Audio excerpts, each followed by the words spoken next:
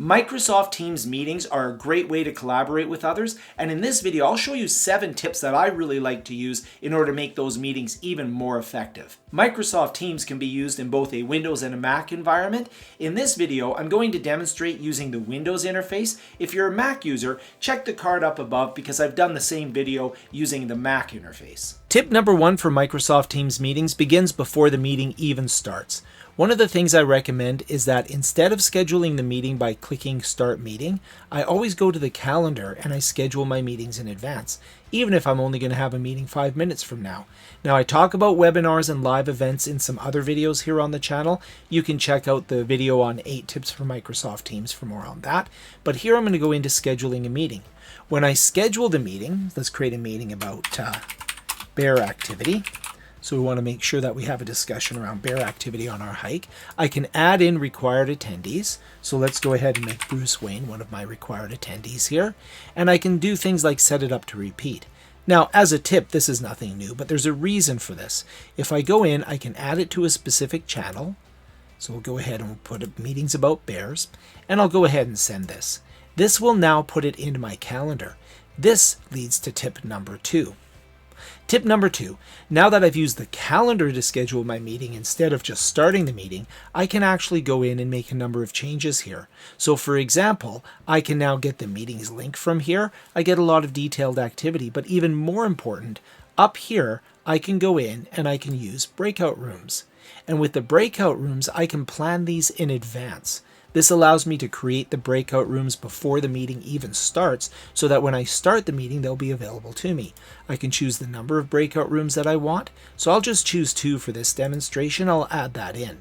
Now, when I create these breakout rooms, you'll notice that right now they're room 1 and room 2. That's not very inspiring. So I can go ahead and edit these and we'll call this one Bear Spray.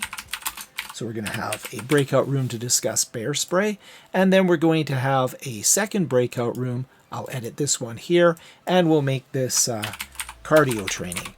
Now I'm just going to say, please don't run from bears. It's not a good idea. They will chase you. Well, they don't always chase you. Anyways, this channel is about Microsoft Teams, not about hiking. Anyhow, but don't run from bears. So if we have a look here, you can notice here that underneath here, I've got 0 participants in here. I can assign participants from anybody that I've brought into this meeting. So anybody that's a required or optional attendee for the meeting will appear across here. I can assign that participant automatically, or I can prepare these in advance. And maybe Bruce Wayne, I want to make sure that he's assigned to the cardio training. I mean, after all, he is Batman. He knows a lot about personal training. So there you go. I can pre-assign my participants and really get this meeting ready to go. So tip 1 was to use the calendar to schedule the meeting. And tip 2 is go in and prepare the meeting in advance, things like breakout rooms. We're going to come back later on in one of the other tips where we'll talk about how the other benefit of using the calendar to schedule a meeting is that we can come back for attendance. Let's go ahead and join the meeting and look at some of the other tips. Tip number 3. So now I've got myself and Bruce in the meeting together. I'm going to go to More, and I'm going to turn on Live Captions. With Live Captions, what I'm going to be able to do is I'm going to be able to see everything that I'm saying. If I go over to Bruce, he's not seeing that. He would have to go in and turn on Live Captions as well.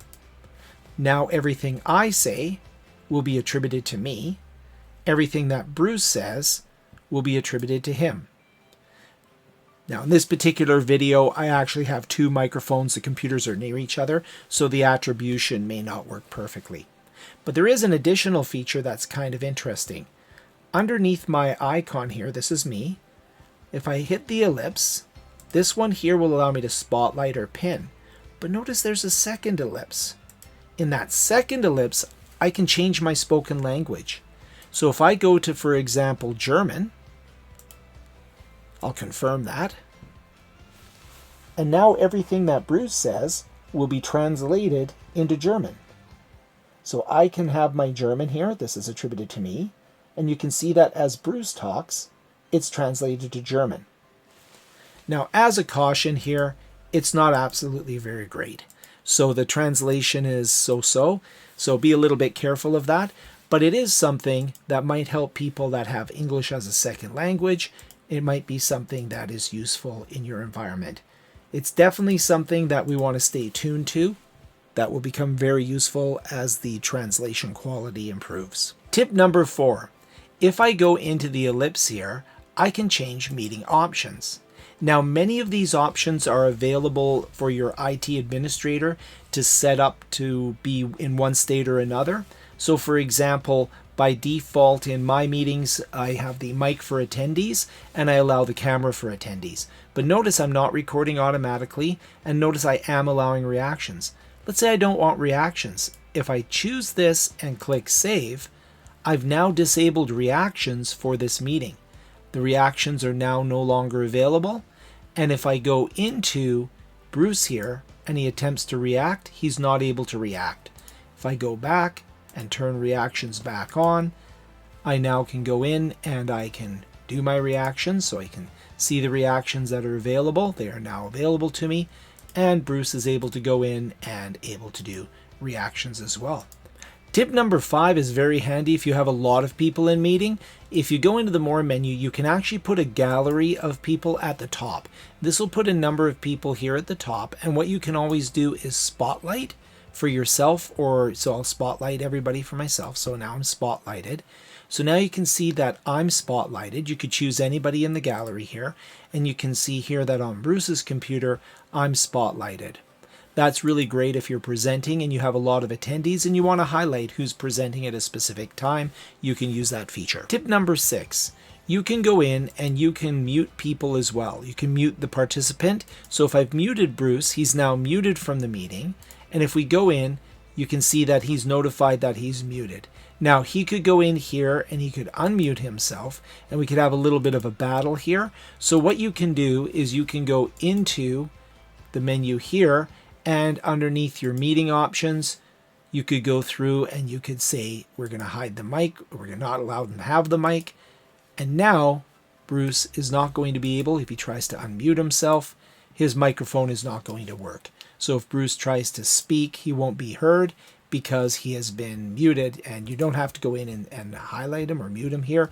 The microphone basically is not working for anybody. Now, once we leave this meeting, so I'm going to leave this meeting, I'll even end this meeting here as the organizer. This is one of the reasons why we wanted to go in and we wanted to have our meeting in the calendar.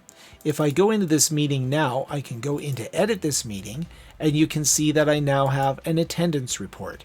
So I'm able to go in with the attendance report, and I can see everybody that participated in this meeting, how long they participated, what their role was, and I can even drill down and I can see here that Bruce was here for the whole meeting. If he leaves and comes back, I'll have a list of when he left and when he came back, so I have a good understanding of who was in my meeting. You can even download this so that you can use this for things like attendance. I hope those 7 tips will make your Microsoft Teams meetings even more effective. If this video is useful, like it and subscribe if you want more tips on how we can use technology for learning and teaching. I also have a couple of videos on how we can work with the Microsoft Teams environment, so there's some videos here on tips that you can use in Microsoft Teams. Thank you so much for watching. We'll see you in the next video.